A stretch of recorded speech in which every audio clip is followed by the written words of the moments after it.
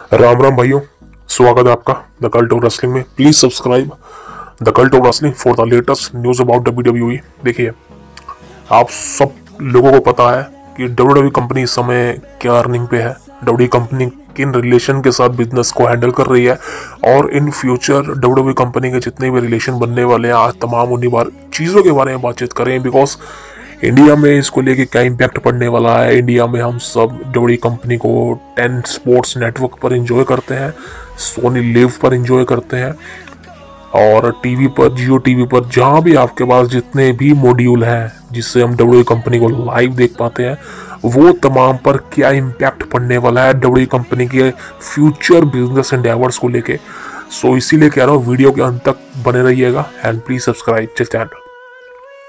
देखिए, सबसे पहले मैं आपको एक चीज़ क्लियर कर दूं, और ये चीज़ें मुझसे बहुत बार पूछी जाती हैं मेल के थ्रू, कमेंट के थ्रू, और मैं वीडियो भी बनाता हूँ इस बारे में। दरअसल बात यह है कि देखिए, WWE कंपनी बिजनेस को फैला रही है, यानी कि WWE कंपनी इस समय बिजनेस को अपना इंटरनेशनली प्रमोट करना चाहती है, और जिसमें वो कामयाबी हो रही है। इसलिए आप देख पा रहे हैं कि WWE कंपनी रिलीजिंग काफ़ी इंटरनेशनल इवेंट कर रही है। जैसे कि उन्होंने किया था सुपर शोडाउन, 2018 से शुरुआत हुई थी सऊदी अरेबिया में, ग्रेटेस्ट रोयल रंबल, फिर उसके बाद क्राउन जूल, एंड उसके बाद समझ सकते हो कि हर इवेंट है अब ये बड़े इवेंट थे। बिकॉज आई थिंक ये वो नहीं हो सकता कि हाँ it is the stadium show not arena show, लेकिन इस साल से ये चीज़ें बदल चुकी हैं। बिकॉज हमने देखा बैकलैश इन पोर्टोरिको, उसके बाद money in the bank London में हुआ था, clash at the castle well में हुआ था। तो आप समझ सकते हैं कि WWE कंपनी किस तरह से अपने बिजनेस मॉड्यूल को इंटरनेशनली प्रमोट कर रही है, और दिस इज द रीजन कि हम सब कह सकते हैं कि WWE कंपनी फ्यूचर में ग्लोबली काम करने वाली है और एक काफ़ी बड़ी कंपनी बन जाएगी। अभी तो बड़ी कंपनी है ही, बट फ्यूचर में जिस तरह से WWE कंपनी अपने बिजनेसेस को और फैला रही है, ये उनके लिए बहुत अच्छी बात है। बट इंडिया में लेके इस चीज़ का क्या इम्पैक्ट पड़ेगा, या और किसी कंट्री में इस चीज़ का क्या इम्पैक्ट पड़ेगा। देखिए दोस्तों, ये हम सब, आप भी जानते हैं, मैं भी जानता हूँ कि इंटरनेट आज के समय में एक ऐसी चीज़ है जिसके बिना हमारा कोई भी काम नहीं हो सकता। अगर आपके पास इंटरनेट नहीं है तो मुझे नहीं लगता कि आप कनेक्टेड रह सकते किसी भी चीज़ के साथ। आपको कुछ भी करना है, इवन खाना भी मंगाना, उसके लिए भी आपको इंटरनेट कनेक्ट करना पड़ेगा। So internet is a part of our life in today generation, ये आप सबको पता है। और अगर हमने तमाम वो चीज़ें देखनी है जो हम देखना चाहते हैं एंटरटेनमेंट के लिए, उसके लिए इंटरनेट ज़रूरी है। और आप सबको ये भी पता होगा कि पूरे वर्ल्ड में इंडिया ही ऐसी कंट्री है जहाँ पर इंटरनेट काफ़ी चीपली दिया जाता है, काफ़ी सस्ते में दिया जाता है। बाकी कंट्रीज़ की बात करें, यूएस की बात करें, वहाँ पर करीबन 1 GB डेटा भी कम से कम लगा लो 800 रुपये के आसपास है। तो आप समझ सकते हो कि वहाँ कितना ज़्यादा इंटरनेट महंगा है, और तमाम ऐसी कंट्री उसमें जो इंटरनेट को प्रोवाइड करवाती हैं।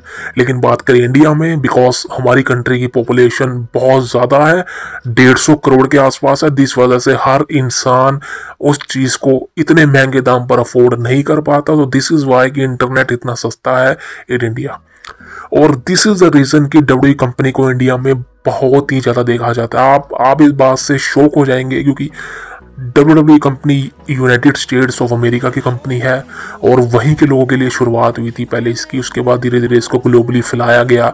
देखिए दोस्तों, यूएस के अंदर ज़्यादा सिटीजनशिप नहीं है, ज़्यादा पॉपुलेशन नहीं है, 22 करोड़ के आसपास है। तो समझ लो कि 22 करोड़ में से करीबन 10 या 15 करोड़ ही लोग होंगे जो कि WWE कंपनी को देखते हैं। लेकिन अगर बात करें इंडिया में, तो आप लगा सकते हैं इंडिया में करीबन 20 से 30 करोड़ लोग हैं जो कि WWE कंपनी को देखते हैं, या आई थिंक उससे भी ज़्यादा लगा लीजिए। बिकॉज 60 मिलियन तो भाई साहब एक रसलमेनिया तक की आप व्यूअरशिप आती है लाइव। लेकिन अगर आप अनऑफिशियली देखें, जो कि जियो टीवी यूज़ करते हैं या किसी और स्ट्रीमिंग प्लेटफॉर्म पर WWE कंपनी के शोज़ को देखते हैं, भाई साहब वहाँ तो बात ही छोड़ दीजिए। बिकॉज उस वक्त तो WWE कंपनी की व्यूअरशिप ताबड़तोड़ आती होगी। सो अगर इंडिया की कंपैरिजन करें या ग्लोबली करी जाए, तो WWE कंपनी का बहुत सारे कंट्री में देखा जाता है लाइव। बिकॉज अगर हम बात करें मंडे नाइट रॉ की रेटिंग की, स्मैकडाउन की या व्यूअरशिप की, तो भाई साहब वो सिर्फ यूएस के अंदर ही काउंट होती है। लेकिन अगर आप उसको इंडिया में मिला दोगे और सारी कंट्रीज में मिला कर देखोगे, करीबन 10 से 15 मिलियन व्यूअरशिप हो जाएगी मंडे नाइट रॉ, स्मैकडाउन की, और सिर्फ सारे प्रीमियम लाइव इवेंट्स की। तो WWE कंपनी, जिस वजह से WWE कंपनी को पता है कि भाई साहब हम इसी वजह से जो है इस चीज़ को ग्लोबली प्रमोट करना चाहते हैं, और दिस इज़ वाई कि WWE कंपनी इंटरनेशनली जा रही है इन फ्यूचर में। और जिस वजह से आपको WWE कंपनी के कुछ सुपरस्टार्स इंडिया में भी दिख सकते हैं, जैसे कि जॉन सीना रिसेंटली आए थे एक लाइव इवेंट के लिए, जो कि हैदराबाद में हुआ था, लेकिन इवेंटली हुआ वो। एंड फ्यूचर में क्या हो सकता है कि हमें ब्रॉक लेसनर जैसा सुपरस्टार इंडिया में देखने को मिलेगा है, क्या हमें CM पंक इंडिया में देखने को मिलेगा, क्या रोमन रेंस दोबारा आएगा इंडिया में। सो ये तमाम चीज़ें WWE कंपनी पर निर्भर करती हैं, इसलिए मैं कहता हूँ कि आप इंडिया में WWE कंपनी को प्रमोट कीजिए। और हम यूट्यूब चैनल है, देखिए मैं अपनी बात नहीं कर रहा हूँ, मेरी तो शुरुआत हुई है अभी, और हम सब यूट्यूब चैनल्स मिलकर WWE कंपनी के शोज़ को प्रमोट करते हैं, उनकी न्यूज़ को कवर करते हैं। इसीलिए नहीं बिकॉज हमको यूट्यूब पर कामयाब होना है, ऐसा नहीं है। हम WWE कंपनी को कब से देखते आए और हमें नॉलेज है WWE कंपनी की, हमें नॉलेज है मैचेस की, तमाम स्क्रिप्टेड स्टोरी लाइन्स की। दिस इज़ वाई कि हमने एक चैनल बना रखा है यूट्यूब पर, और हमारा काम है न्यूज़ को प्रमोट करना और WWE कंपनी को प्रमोट करना, कि इंडिया में भी आप WWE कंपनी को देखें। अगर आपने अभी देखना शुरू किया कोई दिक्कत नहीं, आप तमाम देखिए।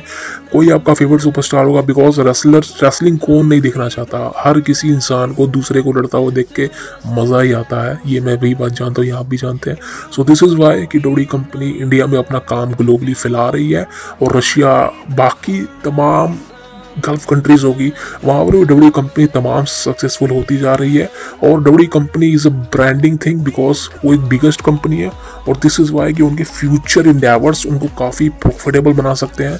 और अब बात करें भाई WWE कंपनी के रिलेशनशिप के बारे में, देखिए दोस्तों, इंडिया में सोनी स्पोर्ट्स नेटवर्क है, जो जिसके पास WWE कंपनी के सारे राइट्स हैं, और सोनी स्पोर्ट्स नेटवर्क है जो कि WWE कंपनी के तमाम शोज़ को इंडिया में दिखाता है। और हिंदी लैंग्वेज, मलयालम, तेलुगु, तमिल, कन्नड़, हर भाषा में आप WWE कंपनी को इंडिया में एंजॉय कर सकते हो, बिकॉज ये सोनी स्पोर्ट्स नेटवर्क के पास सारे राइट्स हैं। इसी वजह से आपको सारे प्रीमियम लाइव इवेंट्स फ्री में दिखाए जाते हैं टीवी पर। US के अंदर तो उसके लिए पैसे देने पड़ते हैं, समझ सकते हो आप। पीकॉक नेटवर्क को सब्सक्राइब करना पड़ता है, लेकिन अब फ्यूचर में ऐसा कुछ सब बदलने वाला है, बिकॉज Amazon प्राइम वीडियो जो है वो US के अंदर WWE कंपनी के शोज़ को प्रमोट करेगा, और वहीं पर उनको लाइव दिखा सकता है। और Amazon आप जानते हैं एक मूवी प्लेटफॉर्म है, एक वेब सीरीज प्लेटफॉर्म है, इसके साथ साथ ही आपको अगर WWE कंपनी की सब्सक्रिप्शन मिलती है तो मज़ा ही मज़ा है। बिकॉज इंडिया में सोनी लिव हमारे पास होता ही है, और सोनी लिव को अगर आपने सब्सक्राइब करा हुआ है, इसका मतलब ये नहीं कि आप WWE कंपनी के शोज़ को भी देख पाएंगे, ऐसा नहीं है भाई।